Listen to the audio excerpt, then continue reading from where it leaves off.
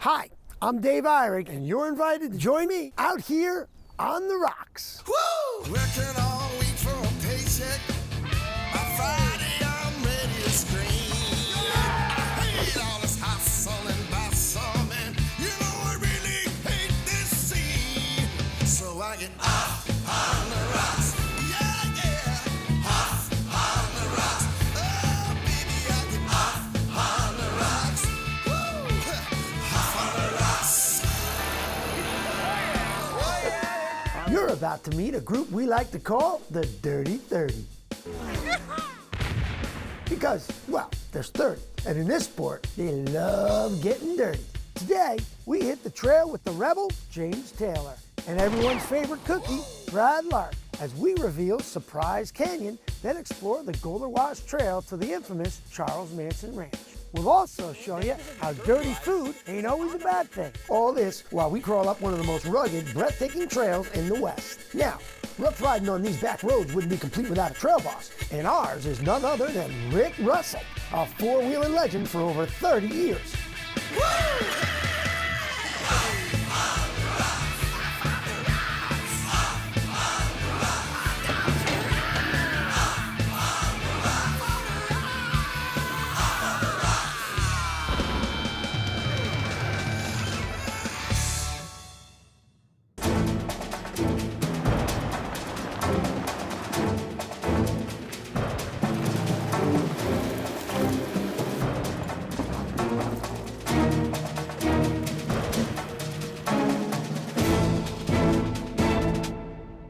Today on The Rocks TV is visiting Panamint Mountains in beautiful Southern California. Just the other side of the mountain is Death Valley. On our way today to Gold Wash, Rick Russell stopped us here at Surprise Canyon, where the surprise is, it's closed. Yeah, that's right, David. The canyon here was closed in about 2001. This road that's in this canyon actually was put in here in 1873. At one time there was a road that you could drive a car. I've seen pictures of Volkswagens on the road through here. But very few people have ever seen a very rich and exciting piece of California history. Is that true? That's right. It was actually opened up in 1991. We used to drive our Jeeps up here and take all our supplies and drive around and check the roads out up there, look at the old mines. There's several of them that are large enough to drive a vehicle inside. So we're heading up there now? As long as we're here, I thought we'd walk up there to the waterfalls. Sure. Just to take a look at the current status so you can kind of see, you know, what we're talking about. Let's go up there. You can winch me over.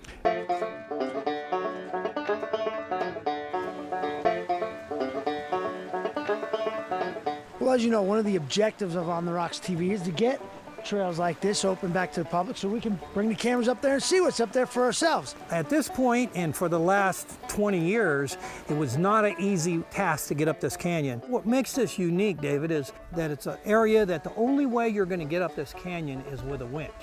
There is no way you can get up without a winch. All right, tell me a little bit about what lies ahead for a four-wheeler. When you look around this canyon, it looks real tight. In fact, some of the canyon walls are only 30 feet wide as you go up through this canyon, and that's what made all the waterfalls. But when you get to the top, it opens up, and there's a lot of canyons, and all those canyons drain right down through the drainage right here. When you go up through this canyon, you can see the mud splatter 65 feet high on the wall. This is so unique to have a canyon with waterfalls that actually have water running down them, and you're trying to get up over them. The only way to do that is with a winch. Now, you're one of the few people in the country who's been able to get a vehicle up and see what's on the other side of this pass that we're looking at. What's up there? You made that sound too easy, because there's 7 waterfalls that you have to winch your vehicle up, and you can picture a 4,000 or 5,000 pound vehicle hanging on the end of a winch cable, sliding around, and very easy to bounce against the wall and crack the body or windows. I mean, it's pretty treacherous. tires. So these vehicles, entire vehicles, are hanging by strings, basically, by cables. Yeah. And how much of a pendulum do you create? It's the experience for a hardcore off-roader of winching over these 7 waterfalls. And the way we used to do that is the first vehicle would winch to some kind of outcropping of a rock or something. You'd take your tow strap and put it around there, and the first vehicle would go up. Instead of going back to that same point, pretty soon what we did was just tie the person behind me winch to the back of my vehicle, and as I drove up, then I would pull his cable up, and then I'd move ahead, and then he would winch up to me, and then he would pull the winch cable from the vehicle behind him, and really that was a result of not wanting to walk up and down the waterfalls with a winch cable to carry these times. It became the easy way to get your winch cable. There's no way you could get that far with the water running under it. I mean, and nowadays, even with these rock buggies and stuff, they can climb ledges as steep as these, but they won't climb a ledge as steep as these if there's water running down it. It's got moss on the rocks. You're not going to get any traction on that for a vehicle to get up on its own power. But I'll tell you, when you're on that winch cable and you're sliding around, because it's very slippery with the water running down underneath the tires, that is one heck of an experience, and one in which I had the opportunity to do many times. Coming up next. We'll only stay at the Manson's ranch or where he was captured for a short time. Just long enough for you and I to reenact the arrest. Yeah. Who's getting arrested? You can be Manson. Oh, okay. Right here on the Rocks.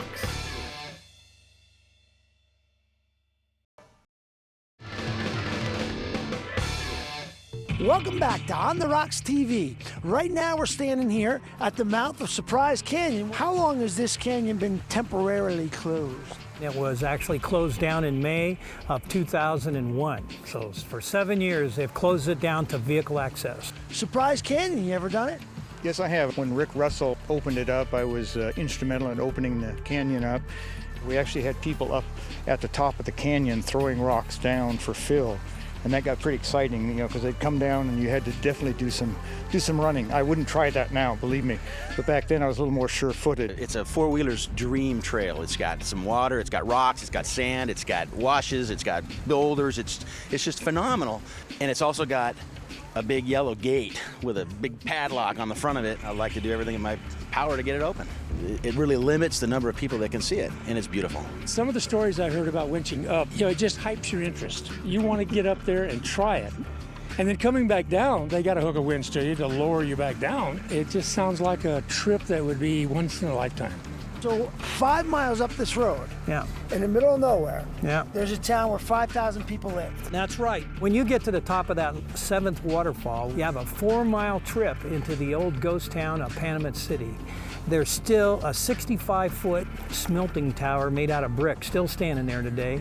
And at one time, there were 5,000 people living there. They had their own newspaper, barber shops, plenty of bars. There was even a few cat houses. The town of Panamint City really never lasted more than about 5 years because it too was subject to flash flood. They rebuilt the town. It flash flooded within a couple years, wiped them out again. The only thing left really are foundations where all these people lived. What sets it apart from other ghost towns, since you've seen many of them? Actually, the condition, because of the lack of accessibility, it hasn't really been vandalized. You walk into a lot of the old buildings and you would swear somebody's going to come in the room from around the back. Well, as you know, one of the objectives of On the Rocks TV is to get trails like this open back to the public. What would have to happen? We've got to write your congressmen, the U.S. senators, and tell them we'd like to have this unique experience for four-wheeling or off-roading open back up. But I tell you, one of the things that we can do with On the Rocks TV is alert people that they got to get involved. I'm not interested in making new roads and trails. I'm just interested in keeping the ones accessible that we already have. All right, so now we're heading over to Goler Wash. Yes. Goler Wash was named after John Goler, who in 1867 discovered a gold nugget while stopping for a drink. He marked the location with his rifle, standing it up on a hill. He returned on 3 separate journeys, never again to see his rifle. 50 years later, the rifle was discovered by a couple riding horseback, confirming the legend. By the way, That area produced over $1 million in gold for other people. We're now in the national park, and there's several cabins out there, and we'll be spending the night out there, and then we'll head back down Goler Wash, then on out to the real pavement and the real world again. Now we're coming up on the one part of the trail that you mentioned as being a little bit tricky, right? And that's true, but not real tough. But if you don't have any kind of limited slip or lockers, you could slip away. We have one vehicle with us that's totally stock, and he's going to go ahead and give it a shot. But if you can't make it over those ledges, then there is a bypass, and so he'll still join the group. We won't leave him behind. Right off the bat, he gets some soft dirt and he gets some spin on the back tire, not enough to get up over it. A little run at it. You can see the front left and the back right spinning. Not quite enough to get over. He's going to back up again. It should make it. And he's trying a different line. He's just trying to get that front left tire on the rock. Backs up a little bit more. Oh, and he's got it up. There you go. He's up. And now he makes the obstacle in the stock Cherokee. Can I get a round of applause, gentlemen, for Cass? Coming up next. Okay, well, wish us luck. 2 days alone with Rick in a Manson cabin makes me nervous, but we're going to do it. Right here on The Rocks.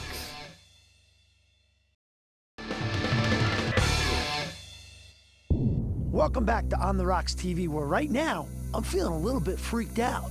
Rick, we just spent about an hour in a car on dirt roads past the sign to Death Valley. We're in Death Valley now? Yes, we are. And we're standing in front of, whoa, what is this place? This is called Barker's Ranch. It was Charlie Manson who was hiding out here and actually captured inside this very house.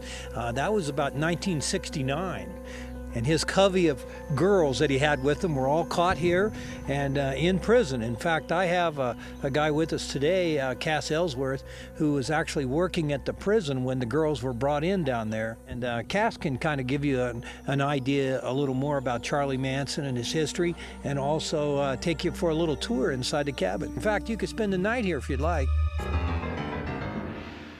I don't think so. So, Cass, you're going to take us on a tour inside the cabin. Yes, I'll take you on a tour inside the cabin, and I'll show you where they actually found Charles Manson hiding. One of the relatives of one of his followers that lived in Olancha actually owned this place, and so Charlie became a squatter here. The police knew they were up here. It was just, it was a bunch of hippies. In fact, there was a book published in 1968 on this area.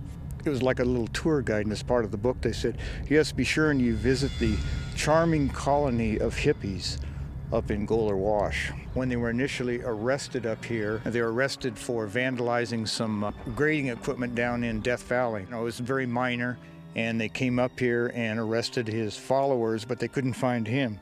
So they came back in, and that's when they found him inside the bathroom cabinet. Nobody had a clue that they were involved in the Tate LaBianca murders. When they were in the Inyo County Jail, they weren't prepared to handle people like that. And I guess it was, the women were flashing, and it was pretty bizarre. Then at that time, Susan Adkins confessed to her cellmate that, they were involved in the murders, and then the whole thing unfolded from there. When I worked at the women's prison, I ran the family visiting program for a number of years, and I got to know them. And they used to tell me stories about how they used to party up here. They had they stole Volkswagens and cut them down into dune buggies, and they'd go into Ballarat and buy beer, drink beer and drive dune buggies all over. It was just, to them, it was one big party. The parents were actually glad when they were caught, because at least they knew where they were. Because for years they were on the lam, they had no idea where they were. Rick Russell and I first came up here, that building there was wall-to-wall mattresses. It's since been cleaned out, so we kind of dubbed it the orgy house. But yeah, it was full of mattresses from one side to the other. What we're about to do now is walk into the cabin. That's right. Are you ready? Yes, I'm ready. Are you ready? I feel a little eerie. It's an eerie place, trust me. There's chairs up on the top.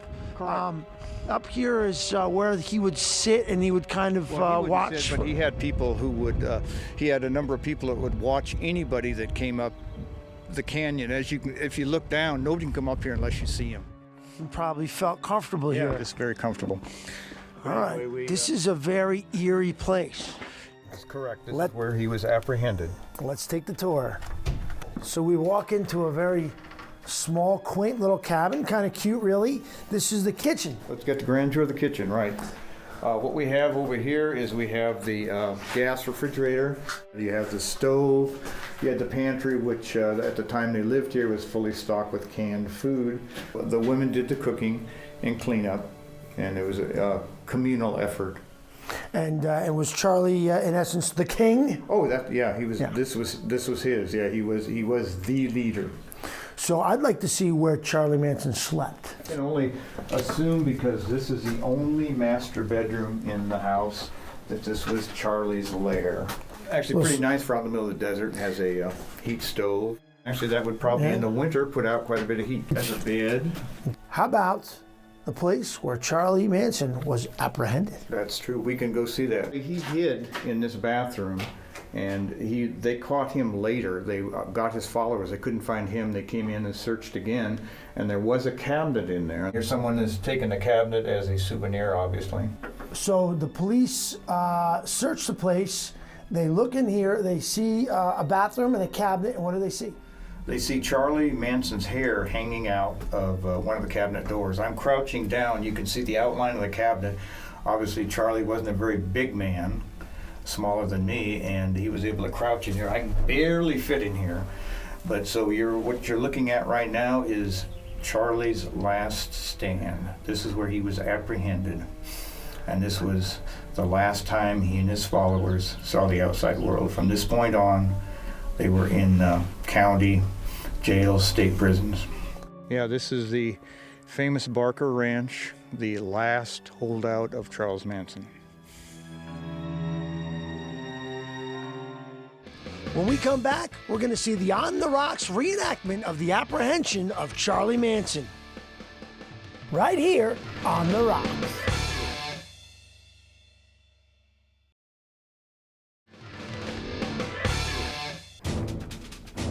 Is Charlie Manson here?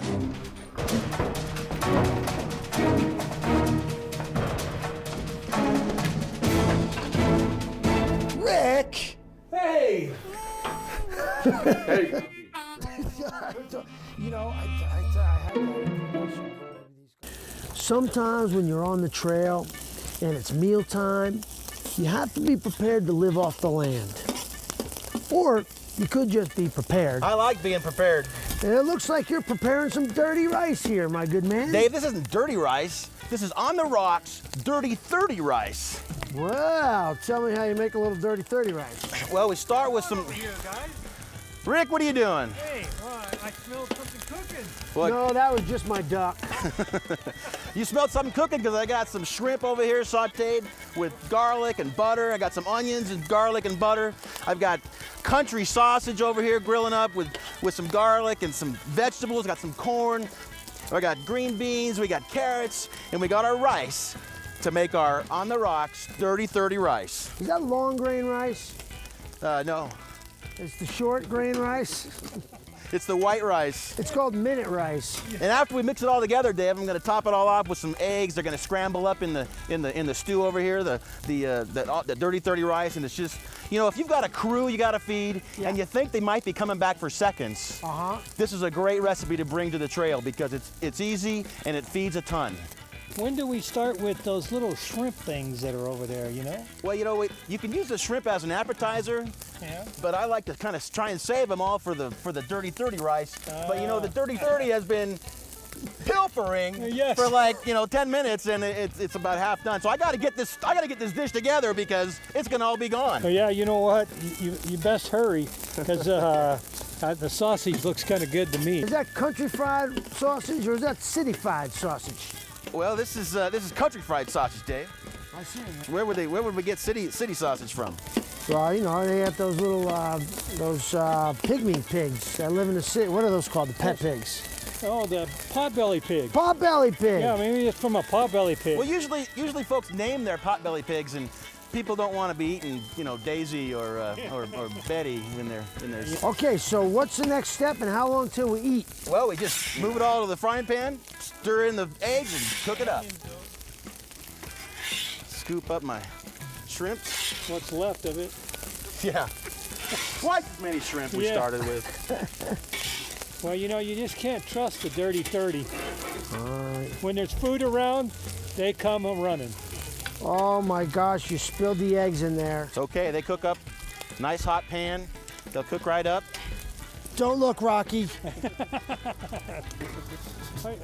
Those are chicken eggs, your natural enemy. Chicken eggs. Start to stir in. Oh yeah, I got the garlic in there. Got minced garlic. We got shrimp, country sausage. Get this rice going. You know, one of the things we need to add to the rice is a little soy sauce as we're cooking it here. That's a little Asian flavor. There we go, there we go. Dave, this is an incredible dish. Everybody loves it. It's super fresh, it's super easy. You can cook your rice at home, cook it ahead of time, bring it in a plastic dish, or you can cook it on the trail. It only takes a few minutes. Hey, Cookie, Yeah, do you have enough for my guest? absolutely. You want to stay for dinner? This will be done here in about 5 minutes or so. We just kind of sizzle it up, let all the flavors mesh as they're cooking. And believe me, this is a great dish. Everyone will love it. They'll think you're wonderful. This is On the Rocks, Dirty 30 Rice. Give it a try. It's just awesome to see these things. I mean, most people don't realize what's up here.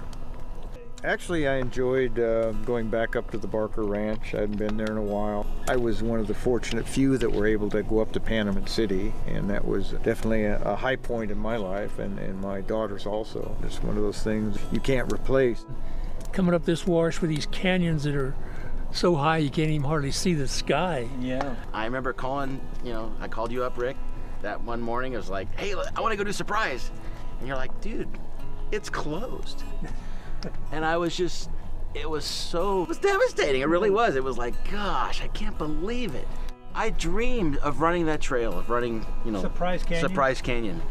It was like on my list to do. I think letting everybody know that a place like this has been shut down and getting people behind you to say, why can a few people shut down an area that is used by actually thousands of people come up here, and visit these areas and try to four-wheel and go through these areas. But, it's a battle. It's an uphill battle. It always has been for four-wheelers to keep land open. It really makes you realize that an open trail doesn't mean it's going to be open tomorrow.